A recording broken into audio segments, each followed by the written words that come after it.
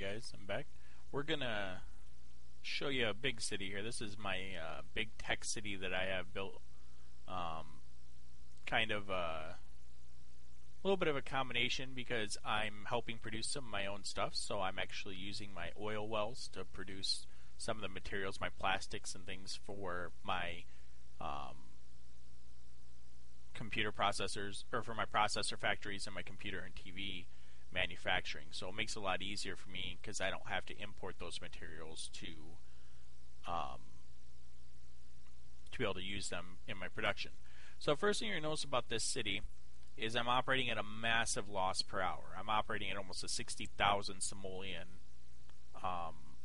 operating cost. But there's a reason for that. If you go to my budget panel here, you're going to see that I'm spending a humongous amount of money in city specialization, which is my manufacturing plants for computers, processors, things of that matter. Huge amounts in education, huge amounts in health, and so on. So all that's going out. But if you look over here to the right, you can see how much money I'm bringing in by selling stuff off. This is 2 million simoleons here, 500,000 in processors.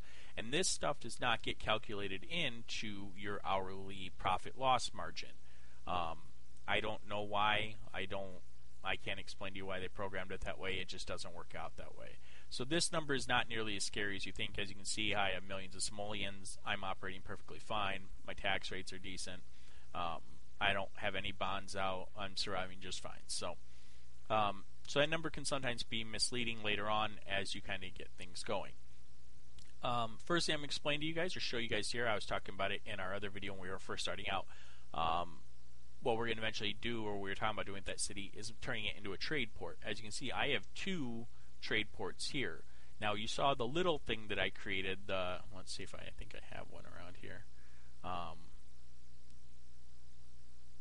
which is a smaller trade depot or whatever, where we had the little trucks or whatever. I honestly can't find it right now, and that'll do delivery trucks and things like that. As you can see, there's huge freighter ships come in and taking massive amounts of things from my city, or bringing massive amounts of things to my city, and using trade ports is... Oh, look at this. You're going to get to see a meteor shower.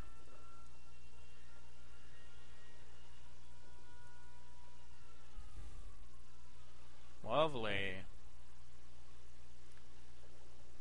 And so, not much you can do about natural disasters. You just kind of have to wait until it's over, go through, clear the rubble out, hope that they don't destroy anything that costs massive droves of money.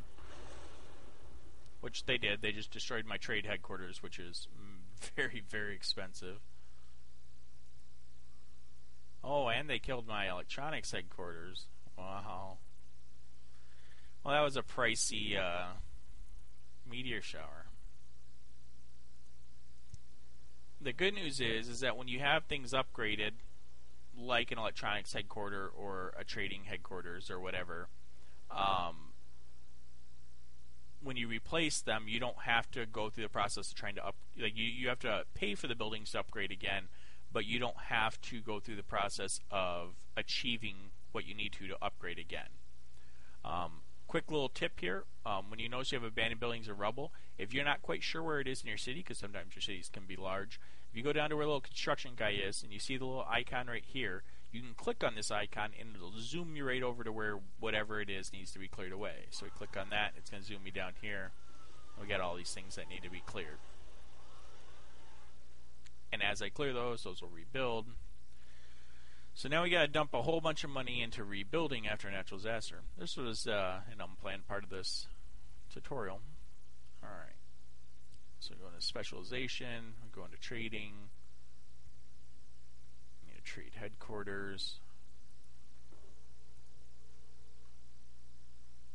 Now we're going to upgrade that trade headquarters to have an electronics division. That was 500,000 simoleons. We don't care about those. Oh, now we got a fire going too.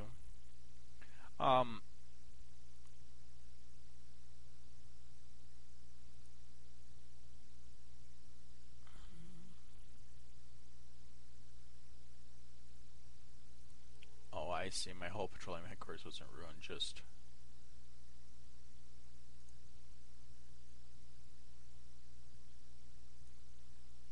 lost something, and I actually lost track of what it was.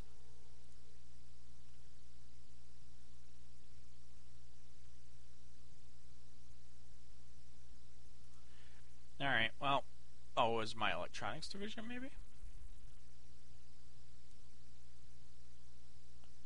Yeah, that's what it was.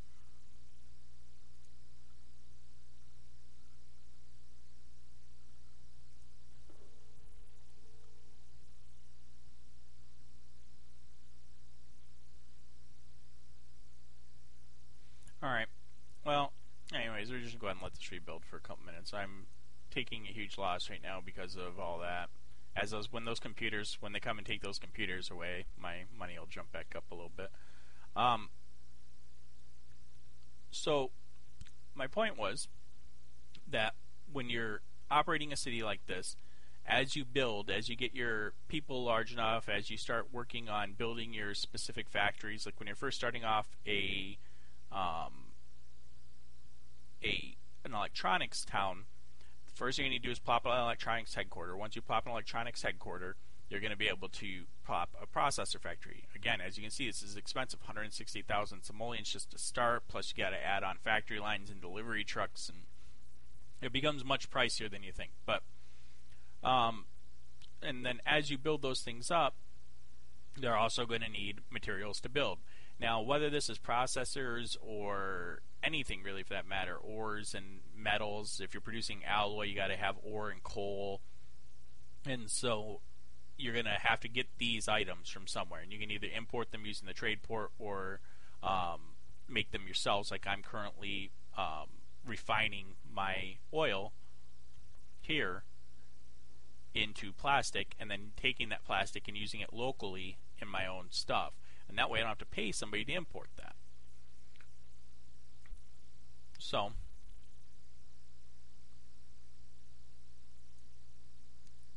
that is and as you can see, this was there on the stream. I'm sorry, I know I'm a little off it here. I'm currently doing a research project. I'm honestly doing this research project because I've done most of the other ones in this area, and so I don't really need anything specific. But once you put down a university, you'll be able to start a research project, something like the solar farm that I was explaining to you earlier. But you have to have a university to do that. So this is, and once you plop a university is expensive to maintain, it's expensive to start, but once it's started, obviously, if you see my education level here, my tech level here, that makes it so that you can have higher tech industries and people and higher quality people who live in your area. So it's a good idea to have it. Just like everything else, your university upgrades as you achieve a certain amount of students taught per day. You have to upgrade that university, and then once you upgrade it, you can add different schools to it. So School of Engineering, School of Science, School of Medicine. School of Medicine allows you to create a surgical center in your hospital, which brings down deaths in your city. School of Science allows you to do the research projects. Engineering allows for other, I don't even remember what engineering allows. But anyways, it's important to have. Again, keep checking on your bulldozers. I have lots of things to bulldoze because there's been fires. This city's kind of a death trap, but oops, and I just bulldozed a building on accident. Careful doing that.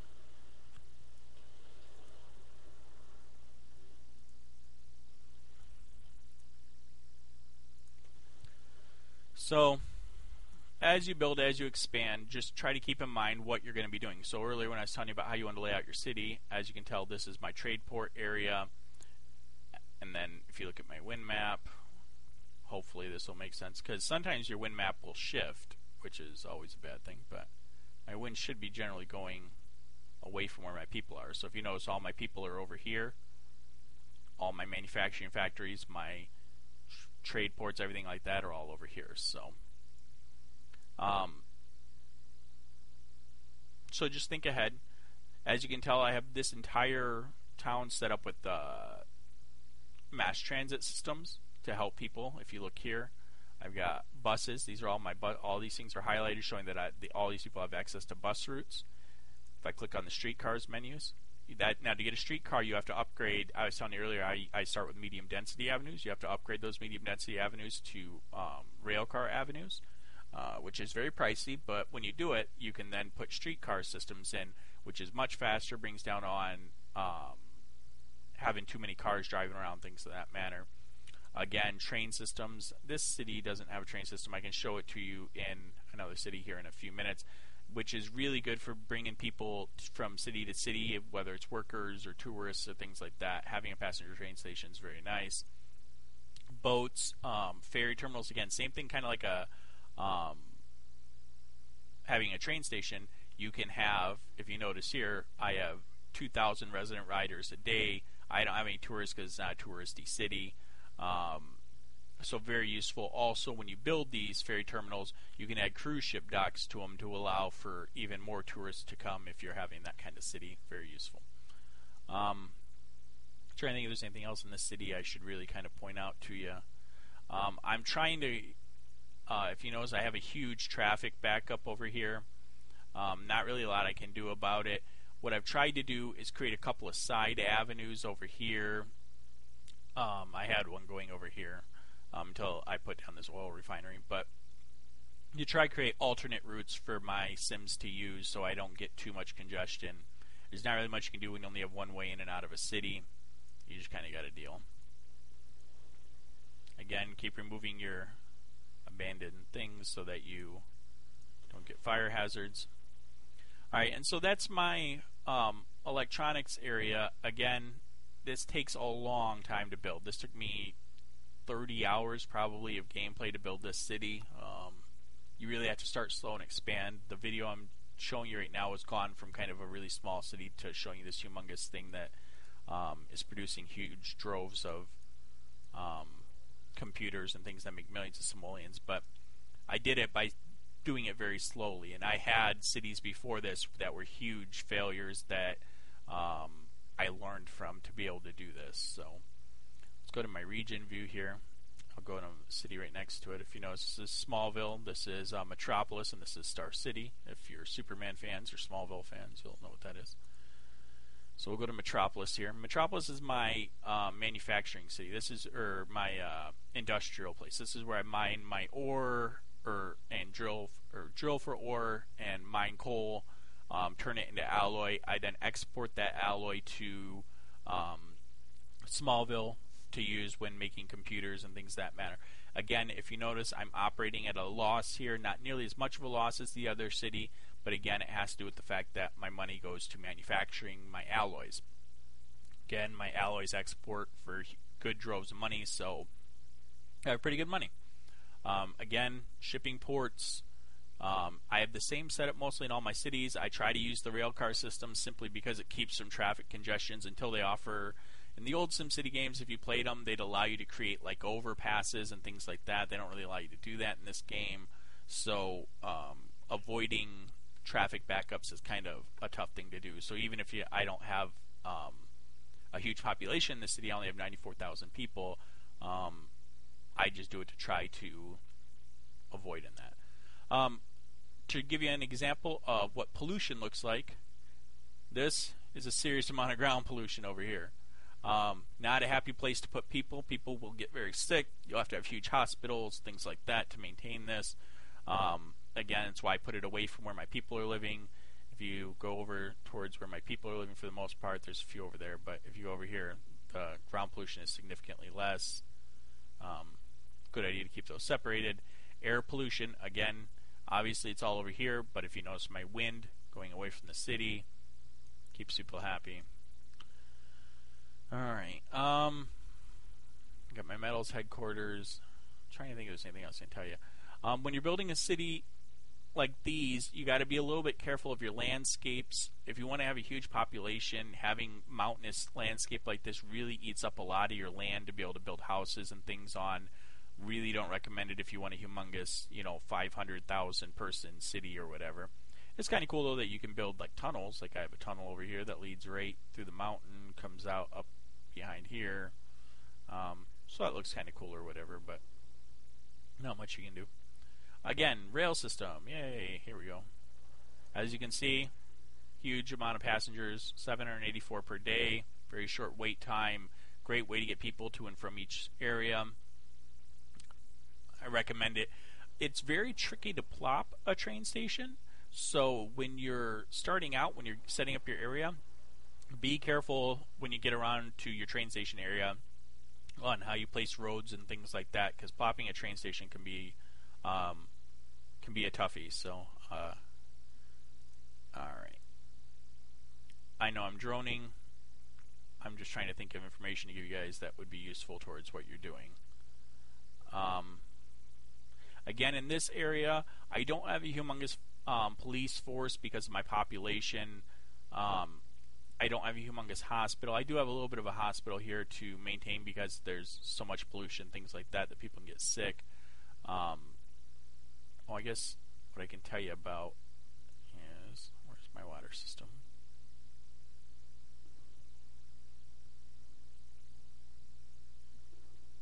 That's my sewage treatment. There's a water tower.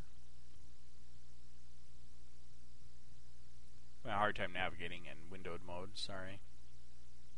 Here we go. So I'm operating at a pretty high capacity of water right now.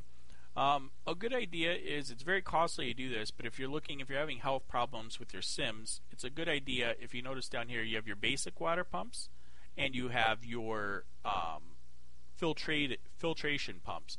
These are obviously considerably better for your Sims. They help keep you happier, they keep you healthier, blah, blah, blah. So if you're having health problems, I recommend maybe switching over from that, and that might help you out.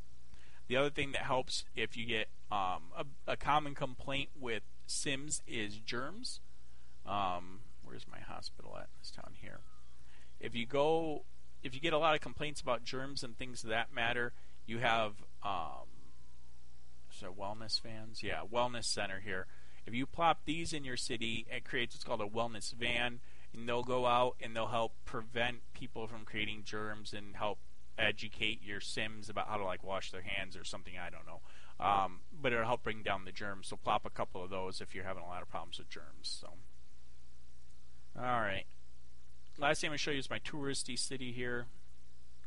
And then honestly, this is my first series of YouTube videos. I've never really tried to do these before. I just noticed a lot of people are having questions about how to play the game, or a lot of people are complaining about losing massive droves of money, so I just figured I'd try to give my 2 cents and help you guys out. Really the best advice, again, patience, figuring out what you're going to specialize in, really plan it out ahead of time, and don't try to do everything in one city. That's really the best advice I can give you, is just don't try to do everything in one city.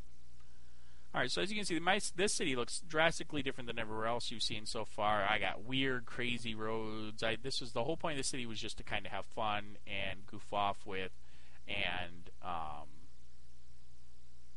just, make it as touristy as possible. There's literally no commercial zone at all. If you look, or industrial zones at all. I've nothing. I'm just not even bothering. It's because I want it to be touristy. I want it to be all casinos and fun and things like that. So that's really where I'm focusing my money, all my time. I've got casinos that are currently losing massive amounts of money per day. I don't really know why that is. I've done everything I can to try to feed tourists into the city. I've got a humongous municipal airport here that brings tourists in. I've got my rail system over here, which brings riders in. I've got 2 ferry systems actually in this town. No shipping ports, but just 2 ferry systems to help bring in tourists and things of that manner. And then the other thing to help bring tourists in is a bus terminal with a huge amount of buses and things like that to help bring tourists in. So I'm doing everything I can. I actually have pretty high wealth people. If you notice here, it's telling you that I've got wealthy people who are staying in my town, and my population density map shows you, I'm actually getting some more medium wealth. This city's not very old, so I'm not super successful in this yet. I haven't figured this all out. Maybe as I figure it out later, I'll post a different video to kind of explain to you how to do it. But right now I'm really living off the laurels of my other 2 cities to support this city. So the one thing I do want to explain to you is how Expo Centers and stuff like that work. Let me zoom forward so that we can see how this goes.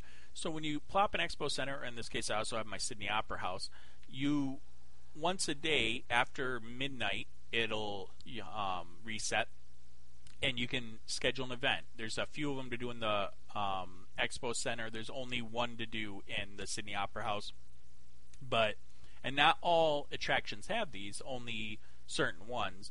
But this is a great way to make some money. You just have to have the population to support it. As you notice, I have a heavier population here, and I have a lot of way to bring tourists in to support these. So after midnight, you click on this, and it'll say schedule an event. You click on schedule an event. In this case, I picked a rock concert, which is the highest one. It costs the most amount of money to plan, but also brings in the most amount of profit. In the Sydney Opera House, there's only one to do. I just did it. And then throughout the day, as your day gets later on, they'll keep selling tickets. Now, it is possible to lose money on these if you don't have enough people. Like, this is a medium and high wealth thing, the Sydney Opera House is, where the Expo Center is low and medium wealth. And so since most of my population is low and medium wealth, I'm going to sell this out a lot easier than I will at Sydney Opera House. And as tickets sell out, you can see your current payout going up and up and up. To eventually, there is a cap where if you sell out the show, I'm going to make 150,000 simoleons or something like that for the show.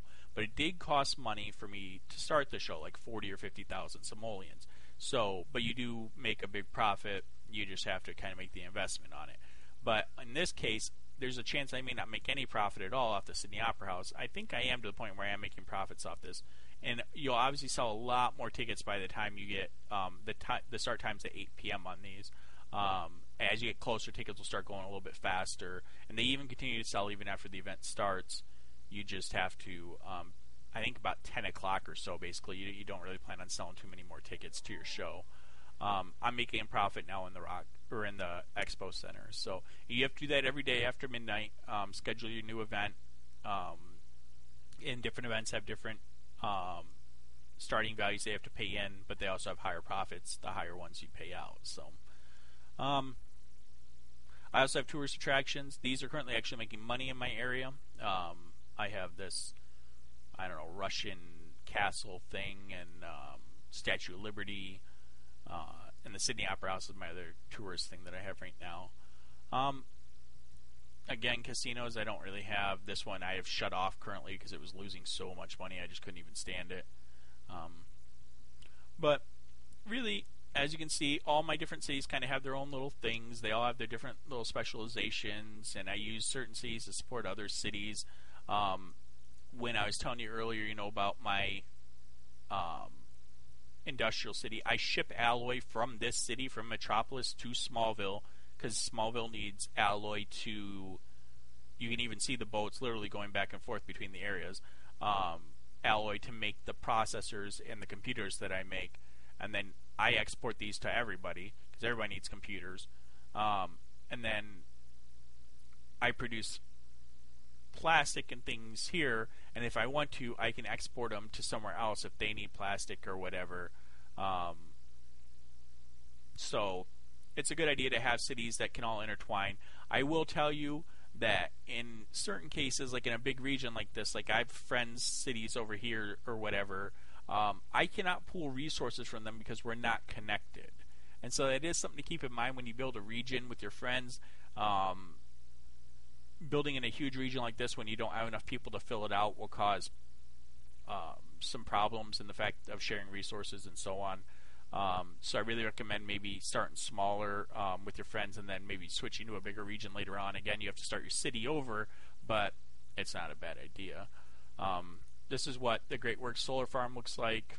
As you can see, it's producing massive amounts of power. For all three of these cities you see here are being powered by my Great Works Solar Farms. So, and it'll power considerably more than that, I think. So, all right. I'm trying to think if there's anything else I can really give you guys any tidbits about.